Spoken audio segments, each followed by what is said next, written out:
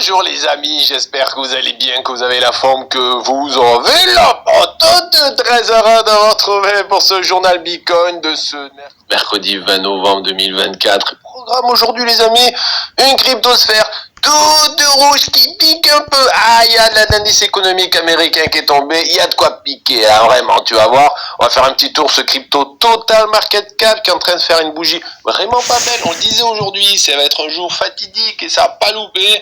On va faire un petit tour sur le crypto Total des altcoins, lui qui tombe un petit peu plus. Il a deux doigts de couler, mais peut-être ça va bien se passer.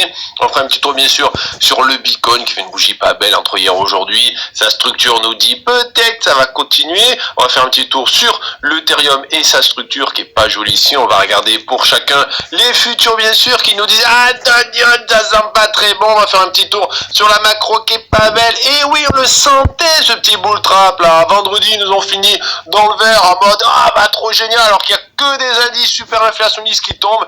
Et aujourd'hui l'inflation elle a dit coucou, je suis là. Et tout le monde, ah mon dieu.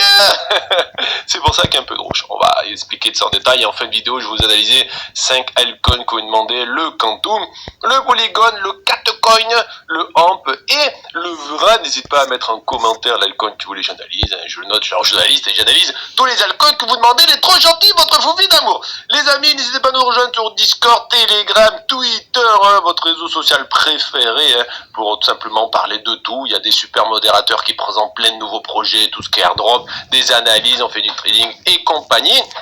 Donc n'hésitez pas, tous les liens sont en description. Je vous invite à prendre le petit pouce bleu comme d'habitude et pim, lui taper ses fesses ou net. Je vous invite à prendre le bouton s'abonner à la chaîne à Foufi. Et je veux que tout le monde y s'abonne à la chaîne à Foufi. Oui, toi, tu vas me dire, t'es surpris que l'inflation remonte, hein, ça fait un mois que tous les indices qui tombent, ils sont tous super inflationnistes. Et nous, on a dit, attention, le marché ment, faut pas croire le marché, faut croire juste les indices économiques, faut croire les mathématiques. Les mathématiques ne mentent jamais et ça n'a pas loupé. Voilà, les amis, c'est parti.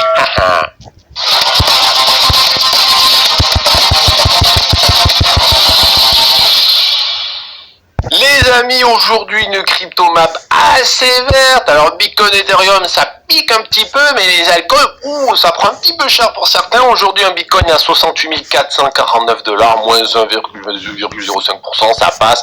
Juste à côté, Ethereum fait à peu près la même chose, moins 1,04%, 3 472 $. Si ça s'arrêtait là, c'est très bien, mais derrière les altcoins, ils sont en PLS par terre en mode ah, on va tous mourir. Bon, le Tether, il va bien, bah ouais, c'est un stablecoin, donc il va bien. Le BNB dans le vert, plus 1,43%, bon, très bien. Solana, bon, ben, c'est moins Solana to the moon depuis une petite semaine. Alors après, ça fait une petite semaine que la blockchain ne marche pas beaucoup, donc c'est normal, hein. Moins 2,66%.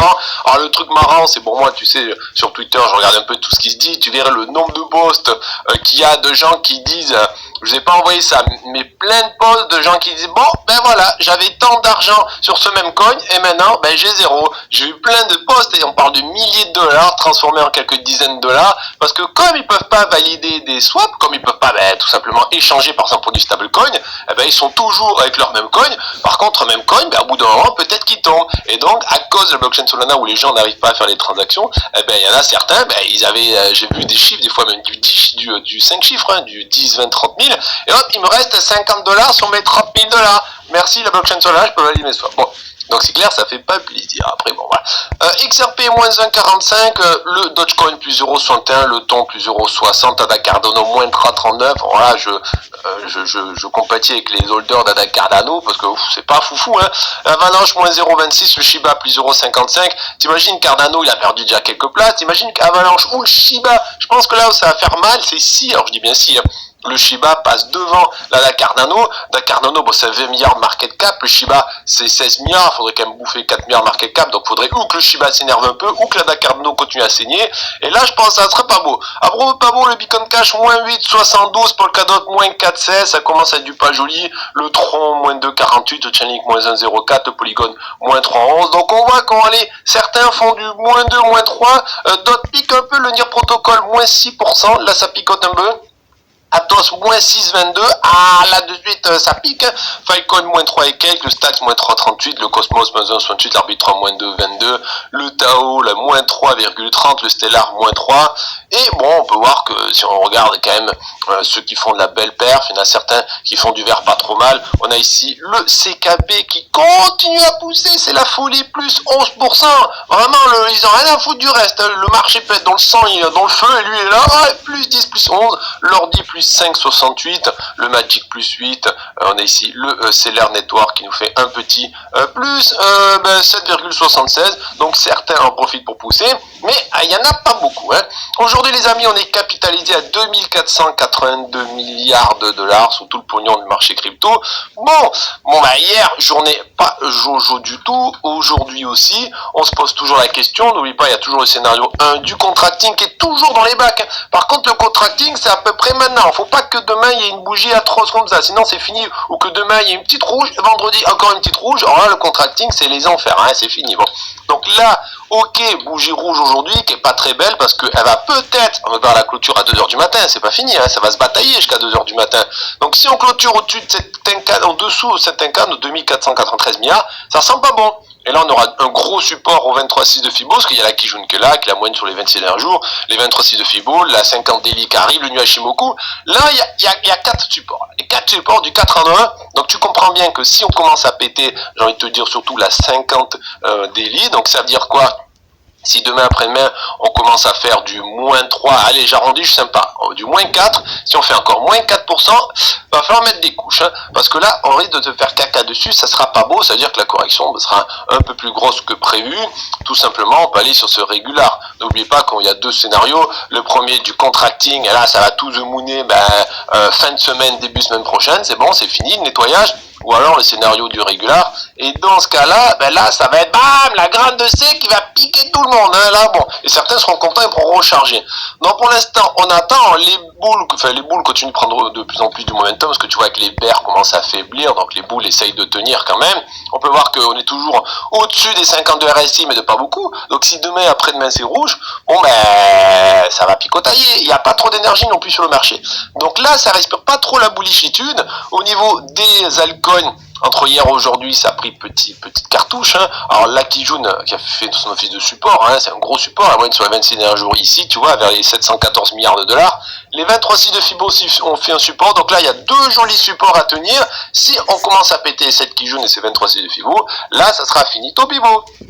Donc le scénario du contracting est toujours in the place, tu vois, mais par contre tu vois bien que là on est en train de toucher à peu près toutes les mèches. Faut pas que demain après-demain on se tape la grosse bougie, sinon on va plus contracter, on va souffrir tout simplement, tu vois, avec ici la A, puis le B, la C. Alors peut-être que ça c'est l'interne à la C, ça reste possible. Bon, en tout cas ça va picotailler.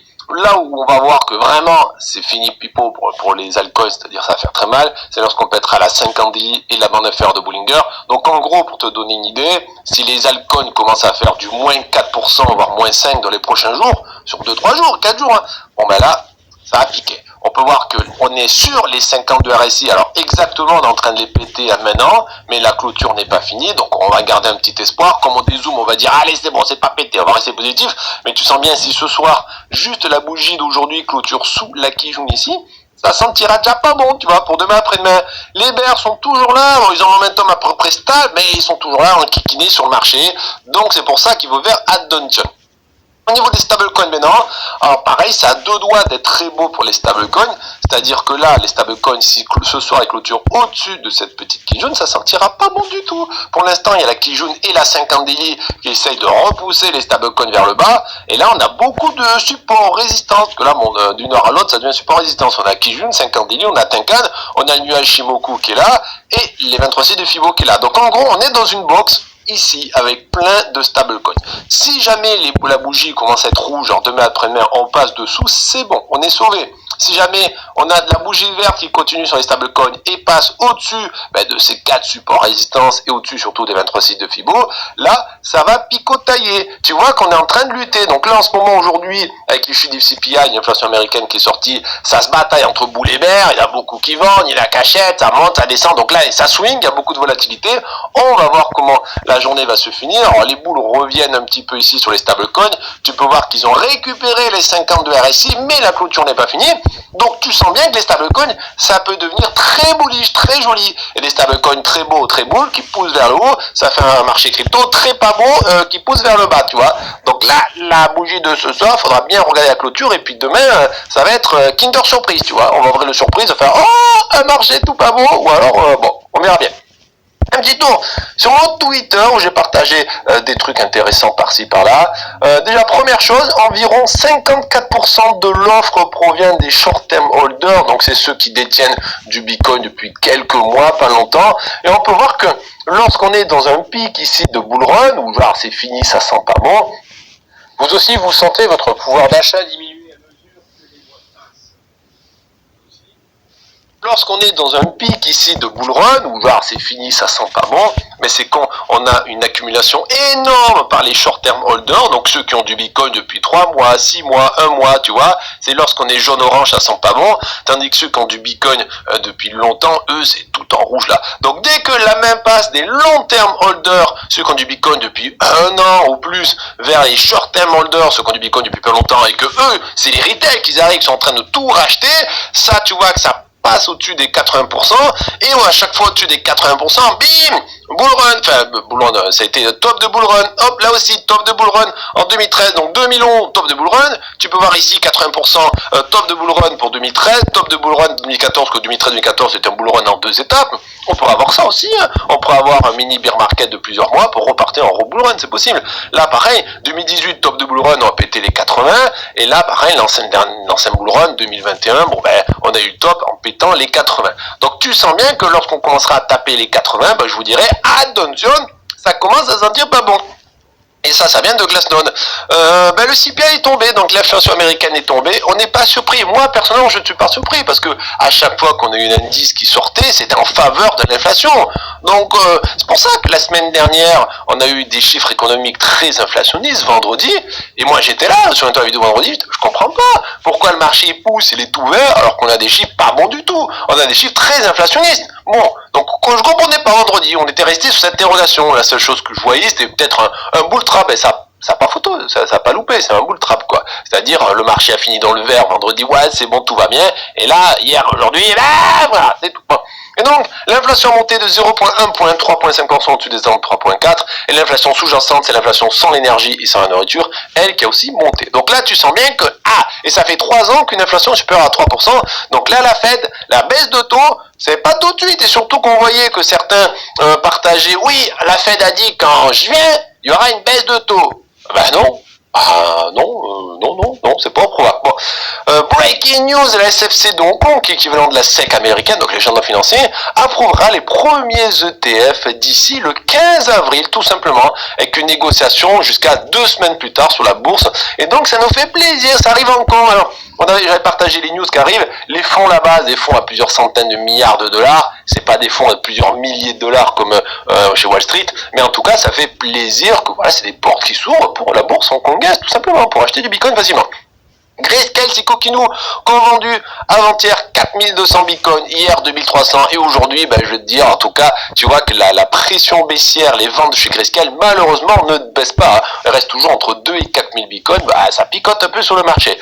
BlackRock et Fidelity, accumulé 416 000 bitcoins depuis la sortie du TF, avec 0 jour de sortie. Donc à chaque fois, chez BlackRock et Fidelity, ça a été que des net flows positifs, ça a été plus d'entrées que de sorties tout le temps. Le seul qui casse l'ambiance, c'est Grayscale. Bon, voilà, c'est comme ça.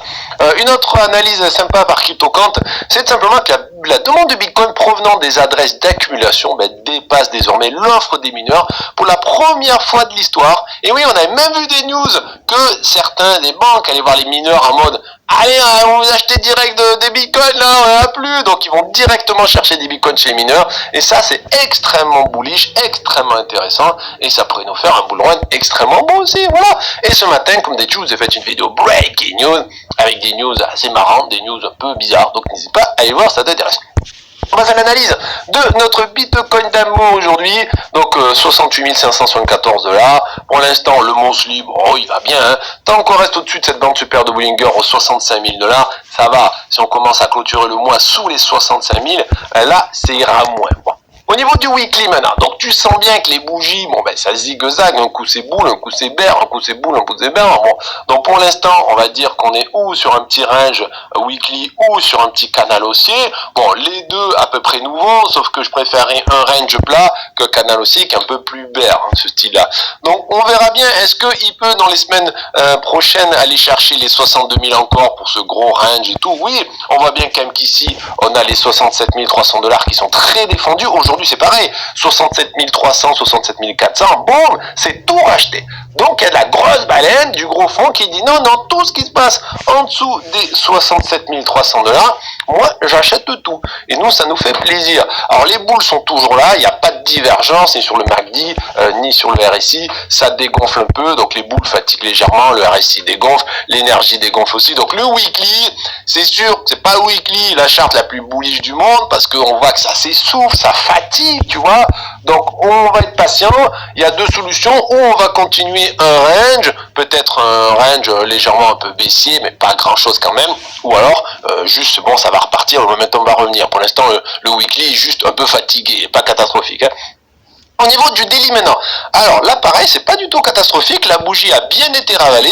Aujourd'hui Bitcoin a cherché les 67 400 à peu près, et les 60 400 c'est assez racheté. Alors c'est surtout racheté le dimanche. Hein. Le dimanche, tout ce qui est en dessous, c'est racheté tout simplement. Bon très bien. C'est pour ça que moi je sais le cartoucher samedi soir, dimanche matin, parce que j'ai vu qu'il y a pas mal de dimanches où finalement c'est dans le vert. Donc le samedi le cartouche un petit peu plus bas. Maintenant, la bougie, si ce soir elle clôture au-dessus de cette Tenkan aux 68 595, la Tenkan c'était une buck, la moyenne sur les 9 derniers jours de notre Bitcoin, bon ben là, ce sera une bonne nouvelle. Alors là, bon, pour essayer de répéter, le scénario du contracting sur le Bitcoin est toujours in the place. Hein. Tout simplement, tu as fait une énorme poussée, tu contractes, et bam, et après t'exploses. Donc ce scénario 1 qui est extrêmement bull, qui nous dirait que peut-être dans les semaines prochaines, on va aller to the moon, est toujours présent. Maintenant, il y a aussi le scénario du régulat, où là, il y a cette C, bam, qui va piquer direction à peu près 60. C'est l'idée. La structure ici nous dirait 60, tu vois, à la louchette, quoi. À 1000, 2000 $ près, c'est l'idée, hein. Il va pas aller 60 et repartir pile poil. Donc c'est à la louche, tu vois. C'est aux alentours des 60. Ça, c'est ce que nous dit la structure. Bon. Pour l'instant, c'est quand même pas trop mal. Hein. On a un contracting, donc c'est plutôt joli. Si ça se en régulier, on verra bien. Mais à l'heure d'aujourd'hui, sur l'analyse d'aujourd'hui, on a un beau contracting flat qui est très bullish. On a les bears qui fatiguent de plus en plus. On est toujours au-dessus des 50 de RSI. Il manque juste un petit peu d'énergie, puis c'est bon. Donc finalement, on n'est pas trop mal, hein, malgré la journée rouge. Autre hier aujourd'hui, notre Bitcoin est toujours bon. Au niveau de la structure, bon, on en parlait ces derniers jours. Ici, on sent bien un bon petit canal. On peut l'appeler ça une petite B, c'est-à-dire ça, c'est une petite A. Et donc, il manque une petite C. Donc, le voir un petit peu tomber ces prochains jours jusqu'au 66-65, je serais pas surpris. Donc, retiens bien ça. La structure nous dirait pour les prochains jours à peu près 65-66. En plus, on voit qu'on a perdu les 52 RSI sur le 4 heures. Et on trouve des bottoms moyen terme à chaque fois sur la zone de survente sur le 4 heures. Tu vois, ici, bottom moyen terme, il est là. Ici, bottom moyen terme, il est là. Là, des petits bottom moyen terme, il est là. Bon. Des fois, c'est un peu plus long, des fois moins long. Donc, je ne serais pas surpris qu'il finisse juste ici, ce petit flat, ce petit running, pour aller chercher 65-66, avant de repartir. Et dans ce cas-là, c'est bon. On a le contracting. Par contre, s'il commence à éclater les 65, bam! Bon, ben là, c'est la grande C avec le régular, tu vois. Donc, on va bien zioter ces 65-66, s'il arrive à bien rebondir là. Si jamais il va chercher les 65, après, il fait un petit canal haussier comme ça, boum, ça sera les enfers. S'il va chercher les 65-66 et qu'il nous fait un petit canal baissier comme ça, là, ça sera le retournement. Donc, on va bien le voir, il va nous le dire, hein. Et tu verras que 65-66, c'est une target pas bête avec les futurs. Au niveau des gaps, pour l'instant, c'est bon. Au niveau de la dominance du Bitcoin, il reste fort. Mais aujourd'hui, par exemple, il domine la majorité des altcoins qui font plus de rouge que lui. Là où pour les altcoins, ça va sentir mauvais, c'est s'il pète cette bande super de Bollinger qui dépasse les 54,76% de dominance du marché total, là, ça va picotailler. Et par contre, le jour où il va tomber, ça sera bon pour les altcoins, mais le problème, il y a du boulot là pour passer le témoin aux altcoins. Faut péter Tenkan, Kijun, 50 délits, Nuashimoku, 200 délits, 300 délits. Donc pour aller chercher altcoin saison, il va falloir vraiment que les altcoins ils s'énervent. Hein. Et je pense personnellement que l'altcoin saison pourrait arriver le jour où peut-être les ETF Ethereum soient acceptés, où l'Ethereum y pousse, la dominance du Bitcoin s'effondre, et là les altcoins sont poussés tous par l'Ethereum. Je verrai bien ces scénario comme ça, mais ça c'est sorti de mon chapeau et de mon petit doigt, j'en sais rien, je spécule. Hein. Au niveau des futurs, alors un petit peu, mais rien du tout de fermeture de contrat sur le Bitcoin, ça dépend ce que l'échange certains autres, certains femmes. On peut voir que les gens sont très bullish, sont en train d'ouvrir des longues. Ben voilà, on a là, regarde, on faisait un peu de rouge ces derniers jours, les gens sont en train de tous d'ouvrir des longues. Si quand le marché pousse, les gens sont tous en train de longues, le marché va se retourner. C'est ce qu'il a fait. Si le marché fait du rouge et que les gens sont tous en train de longues, le marché va continuer à faire du rouge. Comment un marché va peu exploser to the moon? C'est quand il pousse et que les gens ne croient pas à la poussée, qu'ils sont en train d'ouvrir des shorts, et là le marché, bam, il explose vers le haut. Mais vu que tout le monde essaye de se rattraper dans le train avec son gros long fois avec levier x 500, bon ben le marché il y va pas. Donc là sur le 1 heure ça longue, sur le 4 heures ça longue, sur le 24 heures ça longue. Donc quand on est blindé de longue, c'est compliqué de faire to the moon alors que les gens ils sont tous méga bullish. Vous cherchez des idées d'investissement?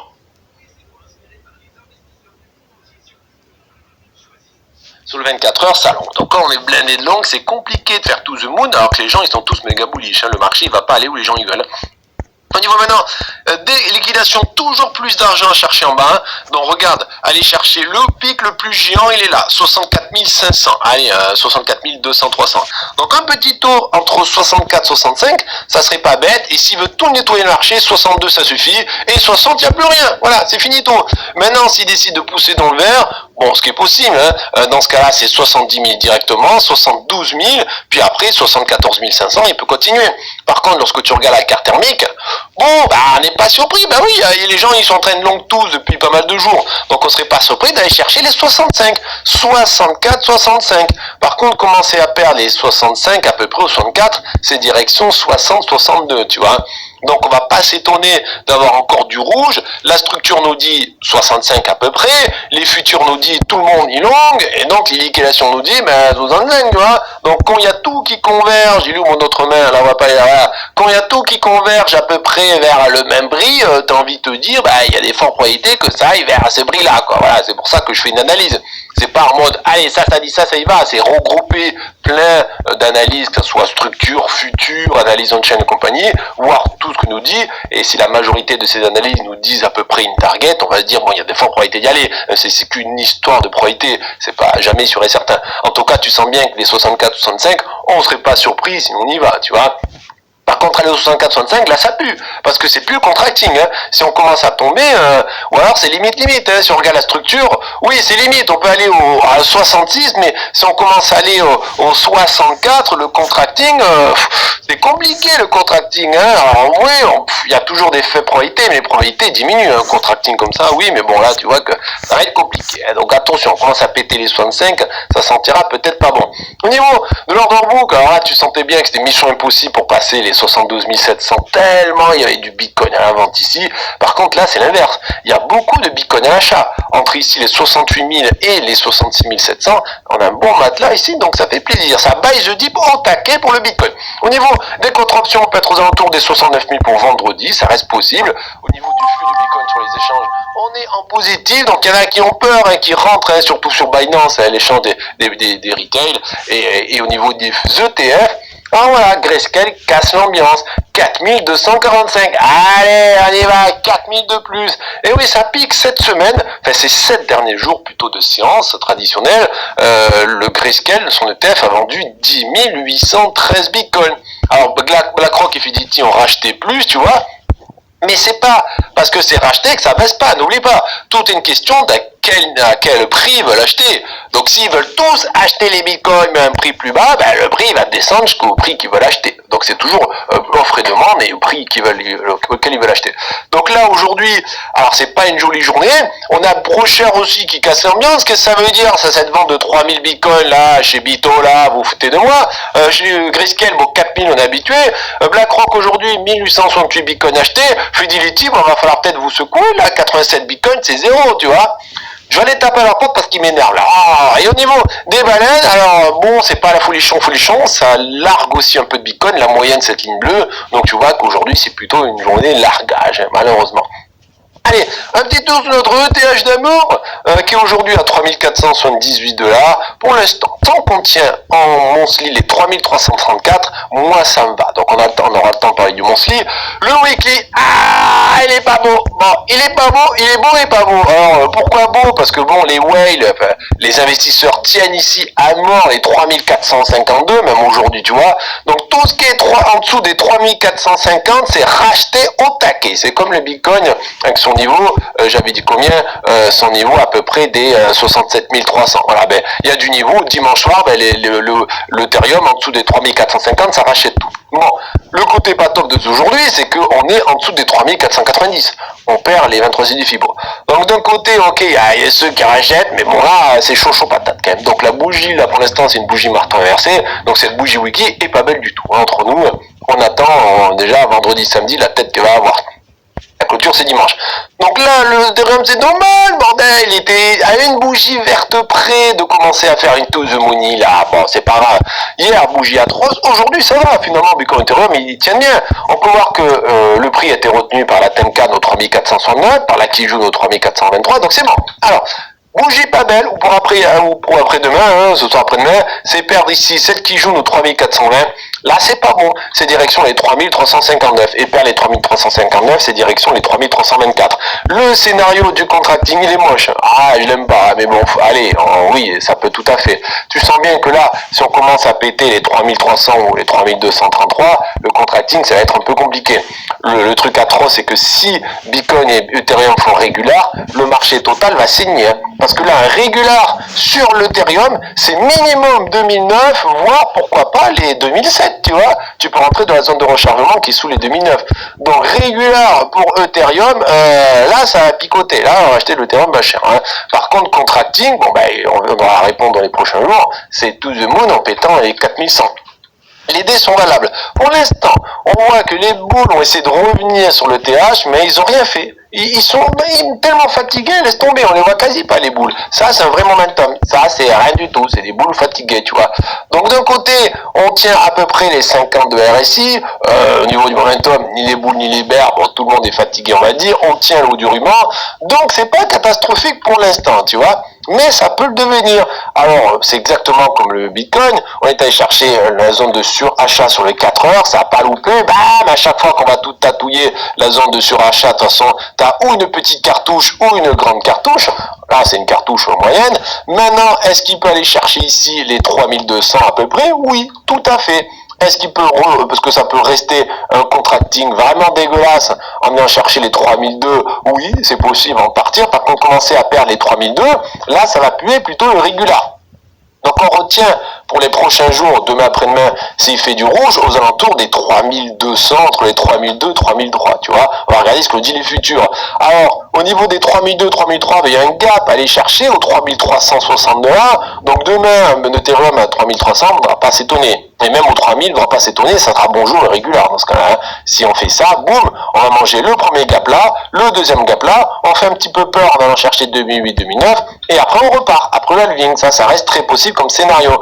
Au niveau de la dominance de l'Ethereum, bon, bah, dommage, il a failli être magnifique pour l'instant. Bon, bah, c'est rien. Comme il performe autant que le Bitcoin, c'est quasi copié-collé, ça bouge pas. Au niveau du rapport Ethereum sur Bitcoin, pareil, ça bouge pas, on attendra que ça bouge.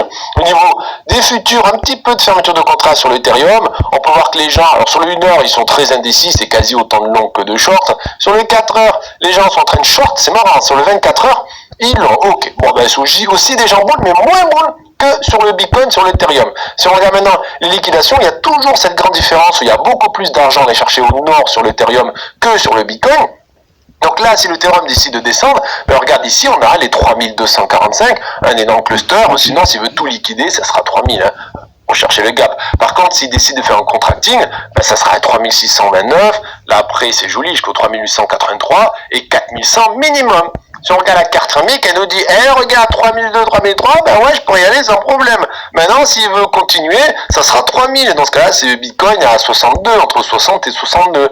Et là, il faudra pas s'étonner, parce qu'il y a quand même beaucoup à aller chercher. Maintenant, s'il valide un contracting, ben là, ça sera minimum 4000, 3977, voire même un peu plus haut. Donc bon, on va être patient. Il y a eu beaucoup d'ordres de vente sur l'Ethereum, il y a eu aussi pas mal d'ordres d'achat, il est bien soutenu. Des énormes ordres d'achat aux 3450, on les a depuis plusieurs jours, ils ont bien retenu. D'autres ordres aux 3400, donc aux alentours des 3004, c'est bien soutenu notre Ethereum. On peut être aux alentours de ces 3004 pour vendredi aussi, avec les contre-options. Et au niveau du flux d'Ethereum sur les échanges, ça fait très plaisir, ça y est, on passe en négatif même sur la semaine. Donc beaucoup d'Ethereum achetés et sortis des échanges aujourd'hui, 74 000, ça commence à faire pas mal de temps. Donc là, il y a de la grosse baleine qui a accumulé de l'Ethereum, c'est sorti beaucoup de chez Binance. Et au niveau de la blockchain Ethereum, c'est un petit peu inflationniste. Bon, le mécanisme de burn, il n'en burn pas parce que les frais sont pas trop élevés. Il n'y en a pas beaucoup pas assez qui utilisent en tout cas la blockchain Ethereum maintenant. Au niveau maintenant de la macro, donc Wall Street tout rouge. Bon, on revient moins dans du logique parce que là, je comprenais plus trop avec tous les